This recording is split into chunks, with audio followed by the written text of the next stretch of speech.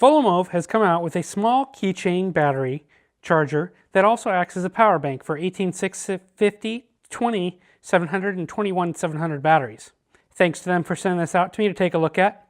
I'll have a link in the description below on where you can pick this up if you're interested. So here is the packaging the light comes in. It's this retail plastic box, and it's this hard plastic here, and the charger just sits right in there, and you get a little instruction manual, and that's it. On the outside, it's real simple, not a ton of information. Something to take note though, it says it can charge only above 2000 milliamp hours, and the sizes there, that's because this charger likes to charge at that fast rate. There's no ability to change it. So an 18350 battery works. Technically it fits fine, but it's not the safest charger to charge a smaller capacity battery like that. Here is the manual you get. The first page kind of shows how to hook up the charger, and I'll explain that, and then you get some operation details and instructions. So the construction of the charger is here. It's a black plastic, and let me just compare it to a key fob here, since that's what it's kind of marketed as. This happens to be a Mazda key fob, not mine, but you can see it's about the same height. You can see here it's about the same length. If you put them on top, you can see the charger is just a little bit larger. So kind of like a keychain. One thing to note though, this has a pretty small hole for a lanyard there that only goes through one layer of plastic. I wish that was beefier if I was going to actually put this on my keys. Just I think it'd hold on a lot longer, better. So let's take a look at this charger and see how it works here. I'm going to grab a battery. So interesting note kind of about this is that the positive side is where the battery goes, and then the back here is magnetic. Both are magnetic, and you can see it came on with lights up. Now if you want to charge the battery, you pull the USB connector here off the side, and this chugs into your power source. So it could be a wall adapter, it could be your computer, it could be a power bank, and that's how you charge. So for charging, this light's primarily designed for 18650 batteries. Flat tops like this VTC 6 here work the best. Just snaps in there. Button tops work, but it's not quite as stable. This is decently stable. It's going to hold on, but I wouldn't want to use this moving a lot or traveling. Like in an airport, I wouldn't want to hook my phone up to this and carry this contraption around. So here is a button top battery. And if I just snap it in here and snap that on top, you can see it's not nearly as stable. It works, but it moves around a lot. You're just going to have loose connections. This light does take a 2700, just fine. This one happens to be a flat top, works great. It'll also take a 21700, but I don't have one of those to test with. Like I said, an 18350 would work in this charger, but because this charger likes to charge at 2 amps and there's no way to adjust it, that's faster than you'd want to charge.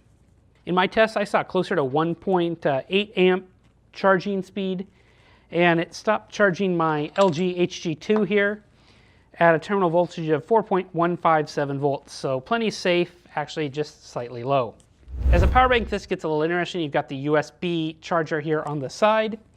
You plug in your device to that, which I'll do here in a minute. It's pretty deeply recessed. I didn't have any trouble with any cables, but my test equipment, my meter wouldn't plug in directly, so let me kind of jerry-rig something up here. So I've got it pulling 2 amps here with my load test, as you can see there on the screen, and it's just fine. I can actually dial this up a little bit more. My voltage will drop, but it still continues to pull. I got it to pull all the way up to 3 amps here briefly, but you pull too much and it shuts off like that. So 2 amps is where it's really designed to run, so that's what I'll do. And when at 2 volts, you get roughly 5 volts depending on the charge of your battery.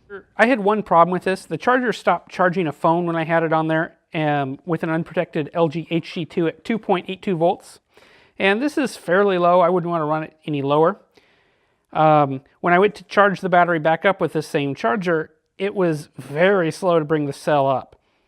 I left it for 30 minutes plugged in, and it only brought the cell up 1/10 of a volt.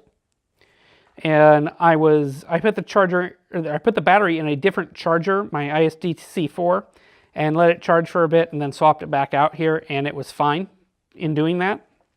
So my advice would be, if you're using this as a power bank, use protected batteries, or stop the charging when you see one blinking LED here on the screen if you plan to use it to recharge. One thing I would question is, to get this back in, you've got to have the cable just perfect, and then you almost have to bend it just a little bit to get it in, really squish it in there.